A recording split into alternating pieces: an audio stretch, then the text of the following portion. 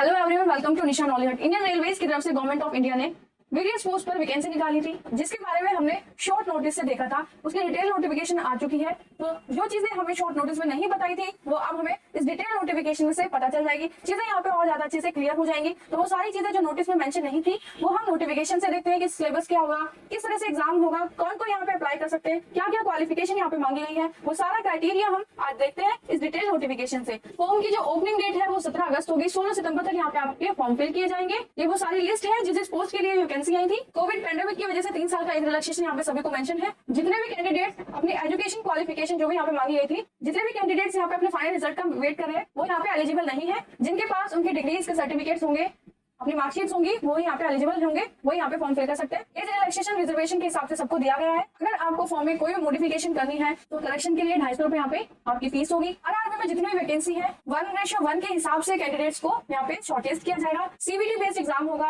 Marks को normalise करने के बाद यहाँ पे मेरिट लिस्ट लगेगी। मल्टीपल शिफ्ट में एग्जाम होगा। नेगेटिव मार्किंग होगी 1/3 मार्क्स की। सेंटर को चेंज करने के लिए कोई भी आप रिक्वेस्ट नहीं डाल सकते हैं। क्लोजिंग डेट से पहले आपके पास आपके सारे डॉक्यूमेंट्स होने चाहिए और आपका फॉर्म फिल होना चाहिए। Pre train travel facility SC और एसटी कैंडिडेट्स को, रेलवे स्टाफ को आपको अपना एससी एसटी का सर्टिफिकेट आपको दिखाना होगा। मेडिकल फिटनेस के यहाँ पे सारे स्टैंडर्ड्स मेंशन है कि आपको अच्छे से दिखाई देना चाहिए। मेडिकल फिट होने चाहिए, मेंटल फिट होने चाहिए, आपकी हेल्थ सही होनी चाहिए। मेडिकल स्टैंडर्ड्स यहाँ पे मेंशन है। B1 में physical fit in all respect, कौन से रिस्पेक्ट में आपका विजन सही होना चाहिए 6/9 और 6/12 के हिसाब से, आपके स्पेक्स उतार के और स्पेक्स पहनकर। नियर विजन 0.6 होना चाहिए स्पेक्स पहन के और उतार के।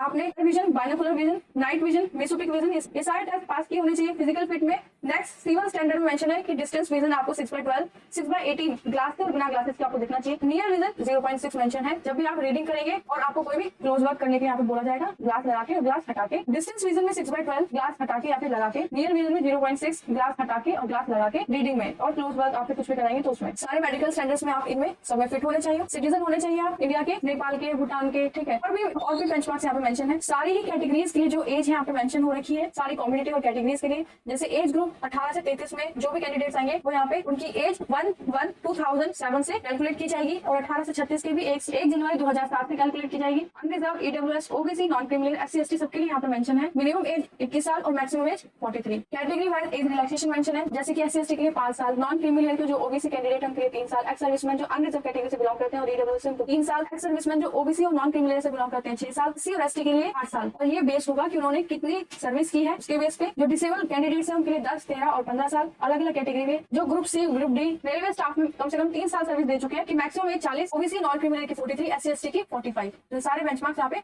मेंशन है। आप अपनी कैटेगरी के हिसाब से यहाँ पे फॉर्म फिल कीजिएगा। फीमेल कैंडिडेट्स या फिर जो विडो है या फिर डाइवोर्स्ड है उन सभी के लिए अनरिजर्व और ईडब्ल्यूएस के लिए 35 साल, ओबीसी जो नॉन क्रिमिनल से बिलोंग करेंगे उनके लिए 38 साल, एससी एसटी के लिए 40 साल यहाँ पे मेंशन है। जो नॉन क्रिमिनल के यहाँ पे कैंडिडेट्स उनके लिए कोई भी एज रिलैक्सेशन मेंशन नहीं है। एजुकेशन क्वालिफिकेशन में आपके पास मैट्रिकुलेशन होनी चाहिए। 10th आपने पास कर रखी हो। डेट ऑफ बर्थ के लिए ये सर्टिफिकेट आपसे मांगे गए मैट्रिकुलेशन, एसएसएलसी और 10th पास आपने या फिर इसके इक्विवेलेंट कोई भी आपके पास सर्टिफिकेट होना चाहिए। मिनिमम एजुकेशन में technical professional qualification indicate for the post of. Form की फी 500 रुपए होगी और एससी एसटी, एक्स सर्विसमैन, पीडब्ल्यूडी, female, transgender, minority, economic backward class, इन सभी के लिए 250 रुपए होगी। ऑनलाइन आपको पेमेंट करना होगा, ऑनलाइन फॉर्म फिल करना होगा। सीबीटी बेस आपका एग्जाम होगा, 90 मिनट का 100 क्वेश्चन पूछे जाएंगे और 120 मिनट का होगा पीडब्ल्यूबीडी के जितने भी कैंडिडेट्स हैं, जिसमें आपके प्रोफेशनल एबिलिटी से 70 क्वेश्चन आएंगे 70 नंबर के, जनरल अवेयरनेस से 10 नंबर के, जनरल अर्थमेटिक, जनरल इंटेलिजेंट और रीजनिंग से 10 नंबर के, जनरल साइंस से 10 नंबर के 10 सारे क्वेश्चन आएंगे। 100 नंबर का टोटल आपका टेस्ट होगा।